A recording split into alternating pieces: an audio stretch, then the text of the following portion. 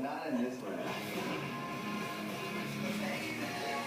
shouldn't be sitting here. I should have never made it out of that town. Go, absolutely. So everybody got told, you shoot, you nothing. You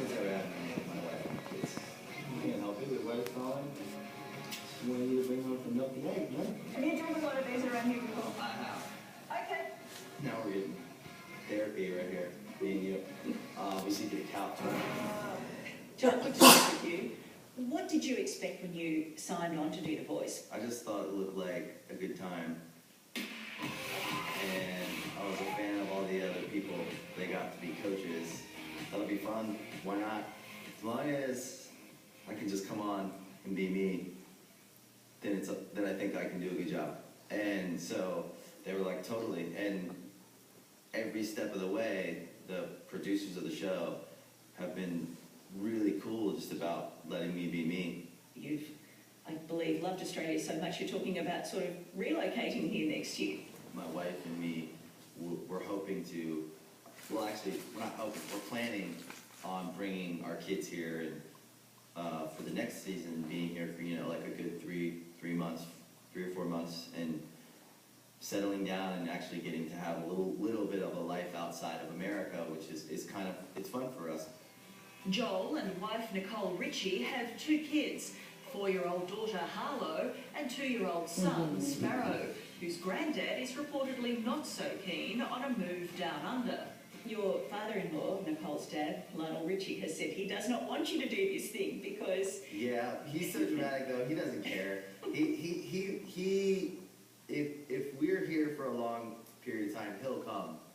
I know he'll come and visit. He's like the babysitter. I mean, the kids are over his house 3 times a week. He misses us when we're gone, but he knows, Lionel knows that we're doing what we have to do and that this is all part of what we do.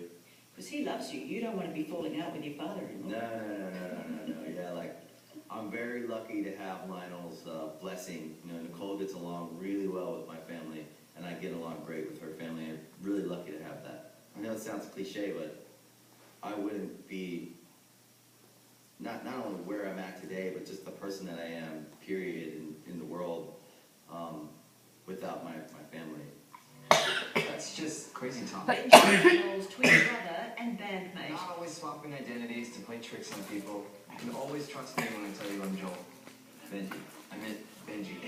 He doesn't look like his brother, does he? Pretty tough after their father Oh, yeah, walked they're out twins. one Christmas Eve. I can't say we grew up with nothing, because at the beginning of my life, the first 9 years of my life, when my parents were together, my dad worked really hard to provide for us, and I respect how hard he worked, and they gave us everything we needed. You know, we had food and clothing and a place to sleep.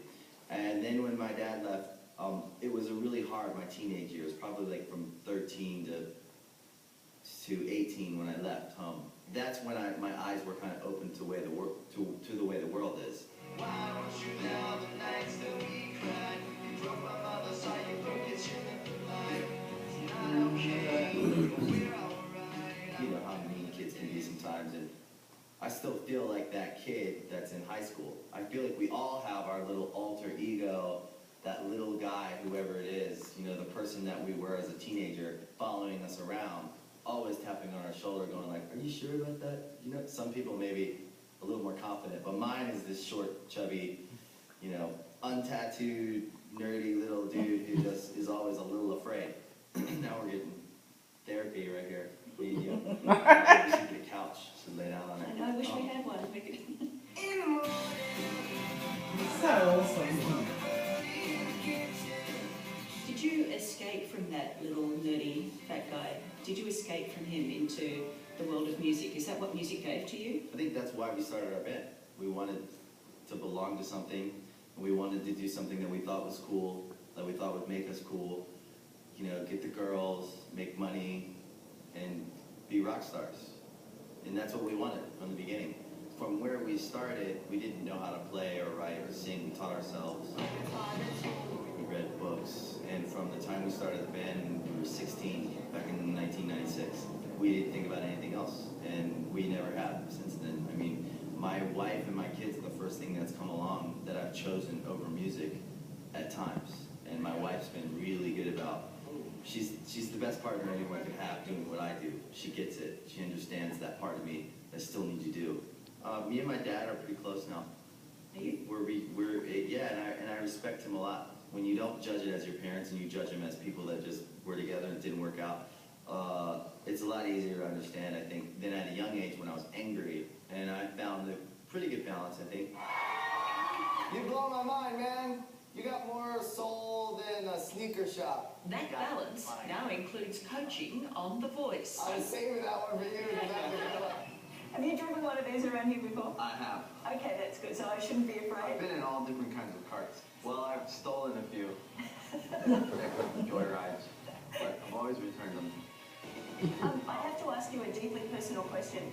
It's okay, we're going to be friends. Go deep. Can I Go toothpick? deep, baby. Absolutely. I thought you'd never ask. I get so excited when people want to share my love of these toothpicks.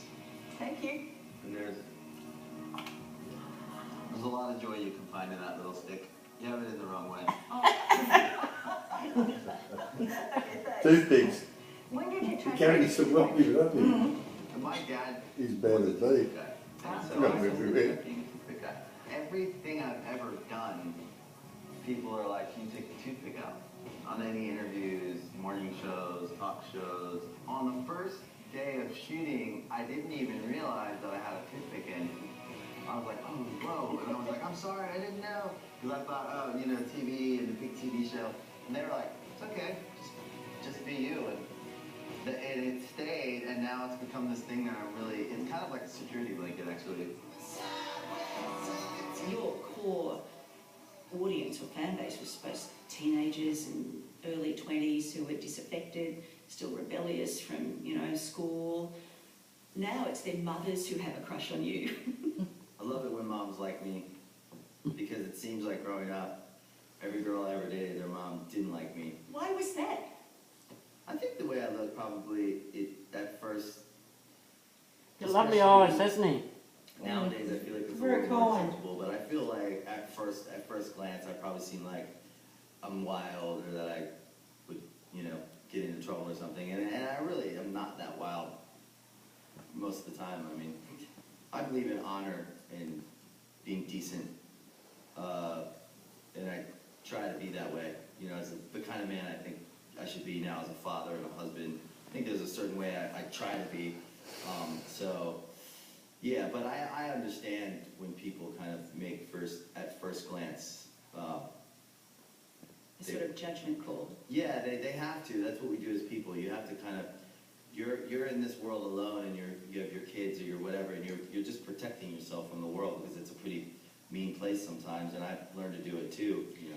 I have to say that, 10 years ago when you launched Good Charlotte, I watched you on Benji interview, and you always seemed to me to be too sweet to be, punk rebels. The only way in any shape or form that I would say that I'm a rebel or that I go against the grain is that I refuse to let the world decide what I can be.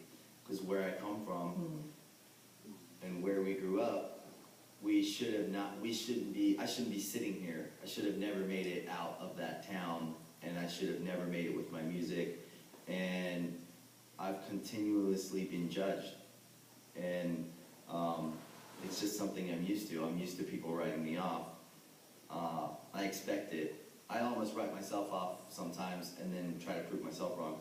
But I think we accept that that's the way the world is.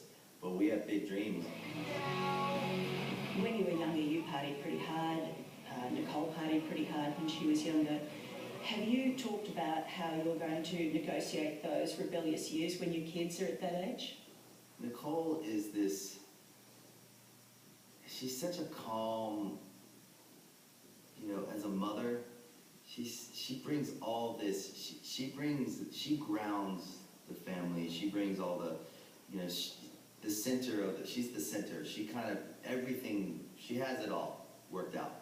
And I always know as long as she's there, everything's going to be fine because she knows how to be a parent. I'm always the one that's like,